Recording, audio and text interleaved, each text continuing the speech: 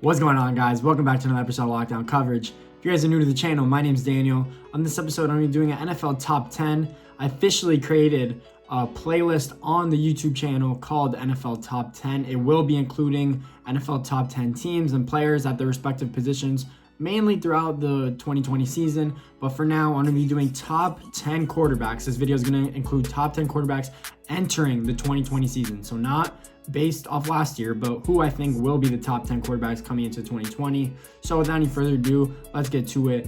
At number 10 on my list, I have the Minnesota Vikings quarterback, Kirk Cousins. Yes, former Washington Redskins quarterback. Finally guided the Vikings to the playoffs in 2019, officially getting a wild card berth and win on the road in New Orleans. So Kirk Cousins did prove to me a little bit that he could be clutch with enough pieces around him. He did play really well. He had over 25 touchdowns, I'm pretty sure, and interceptions were in the single digits, which is really good for any quarterback nowadays. Kirk Cousins had that explosive running attack with Dalvin Cook, which helped him off play action, and a solid O-line, which I'm not surprised guided the Vikings to have a really good record and have a really good team. Even though they did shape shift a little bit, I still think Kirk Cousins is going to be really good in 2020. So he is listed as my 10th quarterback.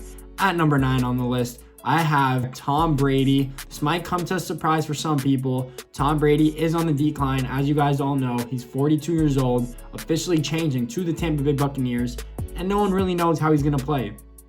To me, I wouldn't be surprised if he did have a spectacular season. He has Mike Evans, he has Chris Godwin. I don't know how good that offensive line can hold up. Maybe they get more depth or versatility in the offensive line through the draft. They need to. Their defense is about middle of the pack, so I don't know how far Tampa Bay Buccaneers team can guide Tom Brady, because that is what I think depends on him being a really good quarterback, because he's on the older side.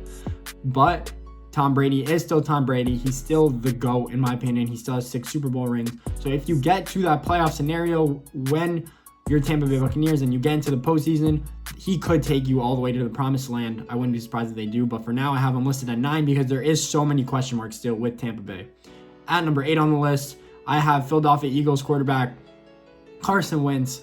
Carson Wentz should be high on this list. If you would have told me in 2017, when he did have that leg injury and he tore his ACL against the Rams and he was having an MVP season, I would have told you that he is going to be a top 3 quarterback in the league from that point on. But he has not looked the same. He very much had durability issues. I don't know how much longer he could withstand them, but he missed the postseason game for the Eagles, basically on the first play of the drive against the Seahawks last year in 2019, or in 2020, but early 2020.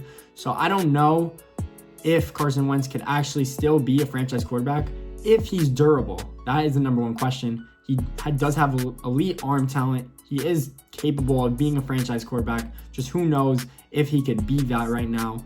He's had a lot of concerns, concussions, leg, knee injuries, so on and so forth. So that's why I have him listed at number 8. He could make a big jump in 2020 if he stays healthy, though, and they get some wide receivers there in Philly. Don't forget about that. That's your number one thing that Philadelphia fans need to worry about. At number 7 on the list, and Philly fans might be mad about this, is Dak Prescott. Dak Prescott is mobile. He has that cannon arm. He led the NFL in what, passing in 2020, 2019, which is ridiculous. He has Amari Cooper. He has a good complement, Michael Gallup. He has a good complement of receivers. He also have Ezekiel Elliott, which I think should have a bounce back year compared to last year. Their offensive line did lose Frederick, the center, which would be a huge loss, but they still have a top 5 to 10 offensive line. In my opinion, they did lose some players in free agency as well, but I think the Dallas will be back. Dak Prescott will have another year of experience under his belt. Wouldn't be surprised if he stepped up his game a little bit and became that player that everyone really thinks that he will be. Or if you don't think so, that's fine. You have your title to your own opinion and will live up to the contract extension that he really wants to get done this year. So he gets that out of the way, sort of. So Dak Prescott at number 7. At number 6, I have Aaron Rodgers. Again, might come to a surprise, but I haven't seen Aaron Rodgers make the plays that he used to make when he was virtually in his prime. He was unbeatable at a certain point. If you guys were down by 3 or by 6 or less, let's say, and you were Green Bay, I would have told you that 90% of the time Aaron Rodgers was going to lead you to that touchdown drive. But nowadays, I don't see it. He has not had a good complementary of receivers throughout the last few years. So I don't blame him for not being that good. But maybe if they get him more weapons, Jimmy Graham left, the only really reliable two weapons he has is Aaron Jones, running back, and Adams at wide receiver. But he could bounce back. He's still not that old. He's still really smart. He's still Aaron Rodgers, for God's sakes. So I won't be surprised. Again, a lot of these quarterbacks on this list, I wouldn't be surprised if they had a bounce back year because they're just older. It doesn't mean they're bad. But Aaron Rodgers is number 6 on this list. Could be higher if they get him a better complementary of receivers. So at number 5 on the list, I have Drew Brees, New Orleans Saints quarterback.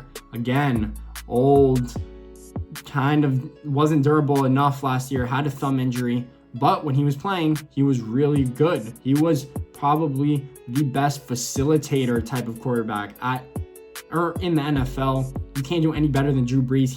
He's not young anymore. He's not a playmaker. He's more of a get the ball in quickly out of your hands so you don't get injured and make sure that you make plays with other players like a Michael Thomas, like a Alvin Kamara. So Drew Brees is still really good. He's still a facilitator in my eyes now because he's on the older side. But that doesn't mean the Saints can't win a Super Bowl. They have a really good defense. They have an amazing team established around him. Probably one of the best offensive linemen, if not the best in the league. So again, I wouldn't be surprised if Drew Brees makes it to the playoffs again, even though the Saints have had devastating playoff losses throughout the last few years. They could make it back there. They could make it to the promised land. I think that's why Drew Brees decided to come back and not retire.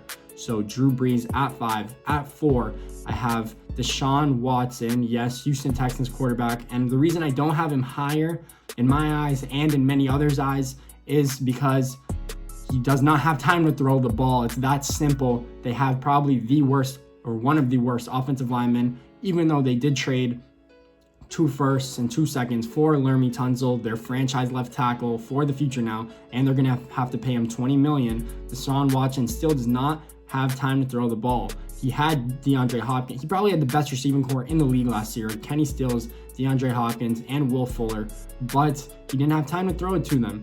He made plays with his legs. He scrambled. He did crazy things last year to get them to where they did and win a playoff game against the Bills. Even come out of the gates hot as hell against the Chiefs, and look what the Chiefs did. They came back. They had one of the best comebacks of all time. But Deshaun Watson is a franchise quarterback. I don't know. There is rumblings that he might be just disturbed. He doesn't like Houston anymore because of Bill O'Brien, but I don't know about that. We shall see. But Deshaun Watson at number 4. At number 3 on this list, I have Russell Wilson, Seattle Seahawks quarterback, Super Bowl. He has 1 Super Bowl under his belt, should have 2, I was going to say. But Russell Wilson is finally that vet that I always thought he was going to be. Had a huge arm, be able to be mobile, make plays, or all around the field. It doesn't matter if he doesn't have that good of a complement of players because he is Russell Wilson. He can improvise. That is probably the hardest trait to have as a quarterback, and only the top flight quarterbacks in this league can improvise. So that's why I have Russell Wilson so high, and because he consistently makes the playoffs year in and year out. Even when people think Seattle is going to have a down year, they still go 10-6 because of Russell Wilson. So he's number 3 on this list.